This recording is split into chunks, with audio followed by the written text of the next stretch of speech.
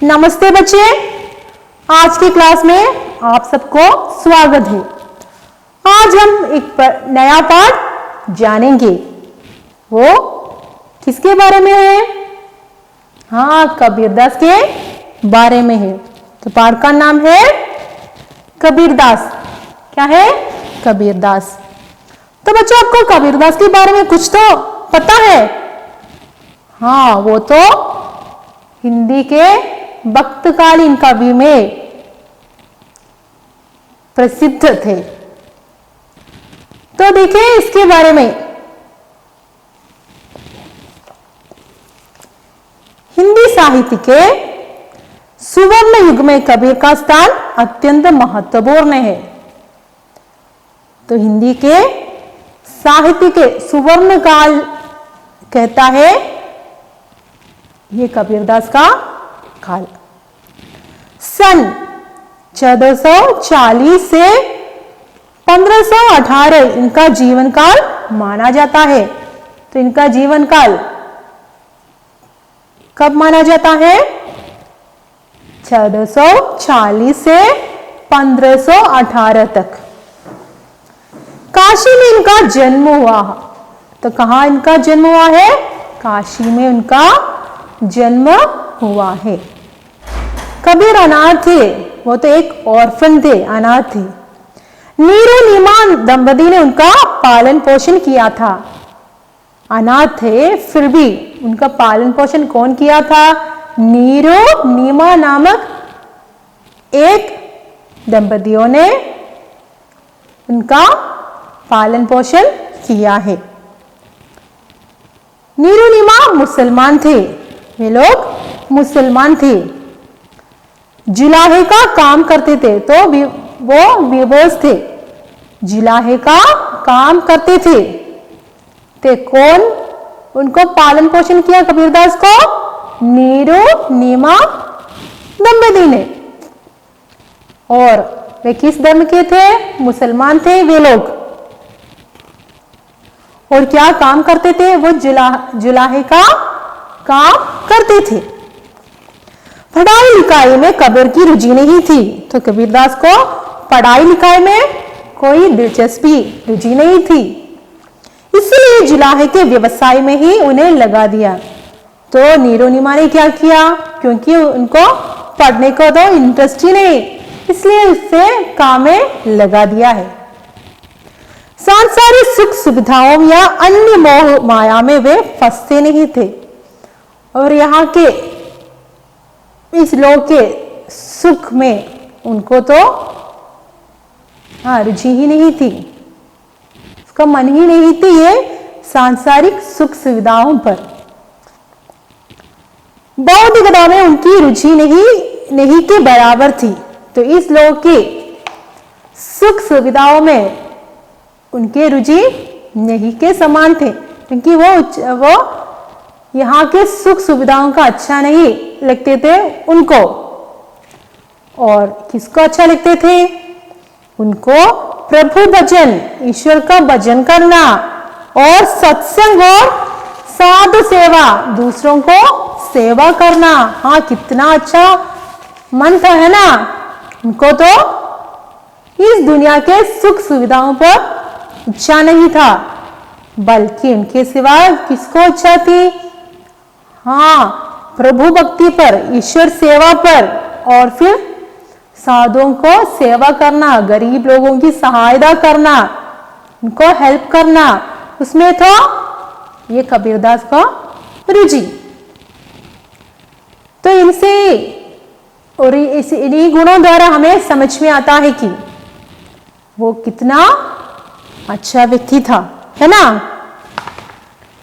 लोई नामक लड़की से उनका विवाह हुआ। तो उनका पत्नी का नाम क्या था? लोही। 2 संतान हुई। तो इनमें से उनको 2 बच्चे भी हुई। वो था कमाल और कमाली। तो उनका ब्याह किसके साथ शादी हो गई थी? लोही नामक एक लड़की के साथ। पत्नी का नाम क्या है? लोही। और उनको 2 बच्चे थे। उनका नाम क्या था? कमाल और कमाली। ये था उनके बच्चों के नाम। हिंदू मुसलमान एकता के वे सबल सफल प्रवर्तक रहे।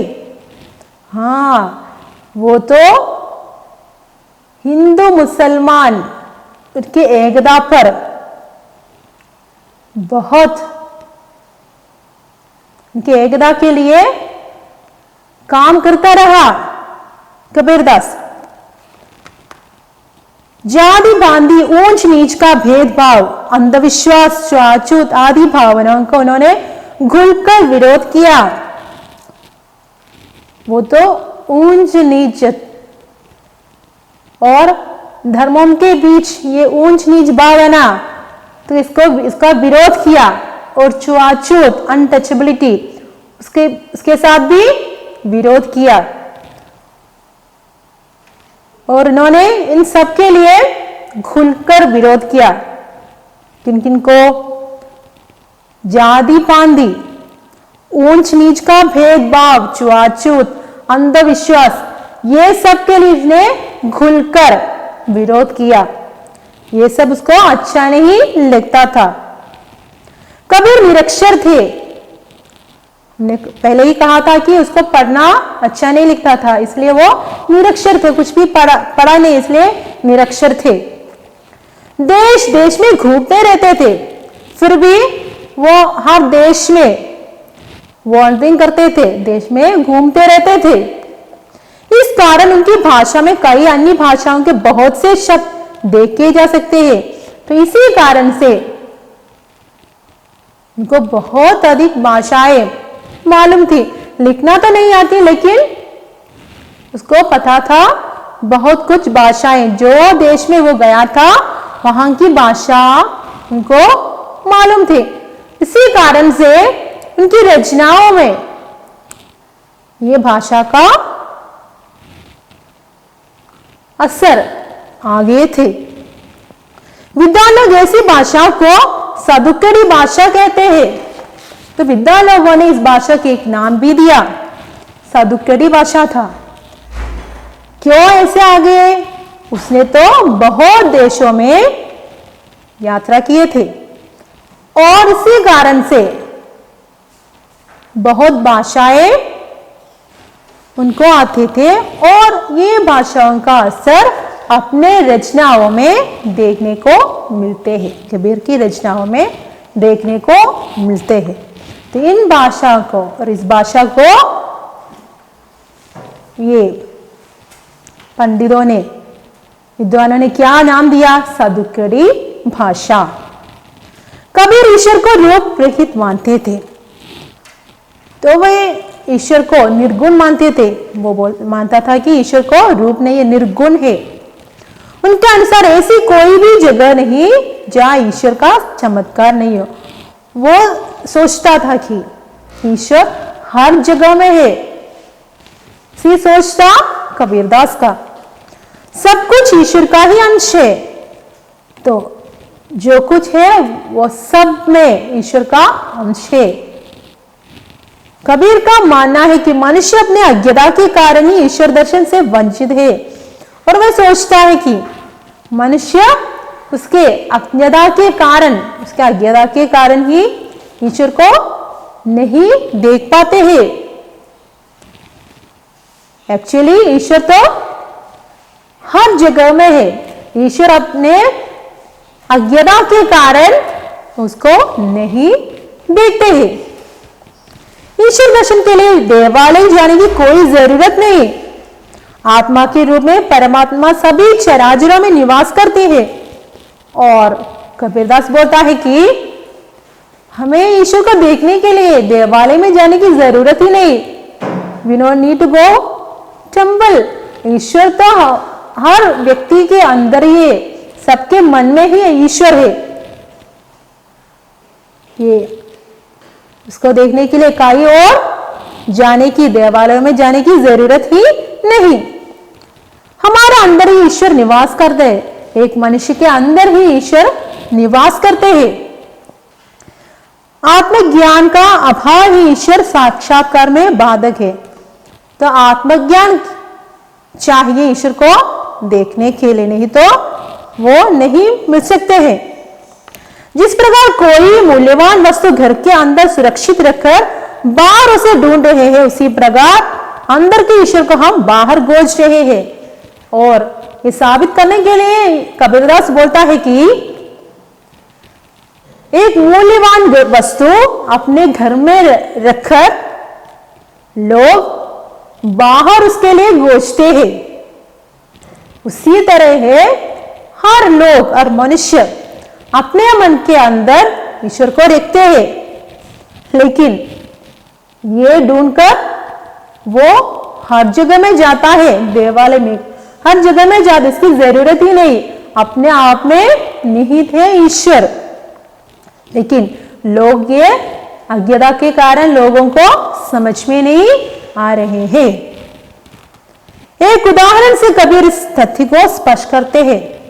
तो यहाँ एक उदाहरण दिए गए हैं, इसी द्वारा कबीरदास ये साबित करना चाहते हैं। हे मनुष्य, जिस ईश्वर को तू खोज रहा है वह तुझी में निवास करता हो। कस्तूरी मृग अपनी नाभि में कस्तूरी रखकर घास घास को ढूंढ रहा है। बिना पानी पिए बिना भोजन किए वह कस्तूरी प्राप्ति के पीछे पागल है, आखिर तड़प तड़प कर मर जाता है। ये कबीर की वाणी है। तो इस वाणी इस प्रकार है, तेरा साई तुझ में जो बहुपन में बास, कस्तूरी का मृग जो फिरी फिरी ढूंढत घास। तो इसका अर्थ है कि ये कस्तूरी मृग कस्तूरी के लिए हर जगह ढूंढता है, लेकिन असल में ये उसके नाभि पर ही निहित है, लेकिन उसको ये पता नहीं है। वो कुछ खाए बिना पीने बिना कुछ पीने बिना इसके लिए ढूंढता रहता, पागलों की तरह ढूंढता रहता है। अंत में वो तड़प तड़प कर मर जाती है, वो तड़प तड़प कर मर जाता है। तो इसी तरह है मनुष्य भी, वे ईश्वर को अपने मन में रखते हैं, लेकिन उसको पता नहीं ईश्वर कहाँ है।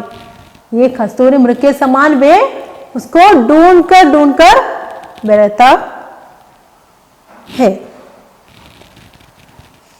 तो कबीरदास के लिए एक उदाहरण ही देता है, वह इस प्रकार है, तेरा साई तुझ में जो बहुपन में बास, कस्तूरी का मृग जो फिरी फिरी ढूंढत घास। इसका अर्थ यह है कि कस्तूरी मृग कस्तूरी के लिए हर जगह ढूंढता है, उनको पता नहीं ये मूल्यवान चीज उसके नाभि पर ही निहित है। इसी तरह वह लोगों के बारे में ही बोलता है, उनको पता नहीं ईश्वर तो उनके मन में है, ये ज्ञान उसको नहीं होता है, वो हर जगह में उनको ढूंढता ही रहता है। तो बच्चों, आशा है यहां तक आपको समझ में आ गया है। तो आपके लिए गृहकार ये है कि आप कबीरदास के बारे में जानकारी प्राप्त करके इसके बारे में एक अनुच्छेद लिखना है। कबीरदास के बारे में एक अनुच्छेद लिखना है। तो आशा आपको यहां तक समझ में आ गया है। धन्यवाद।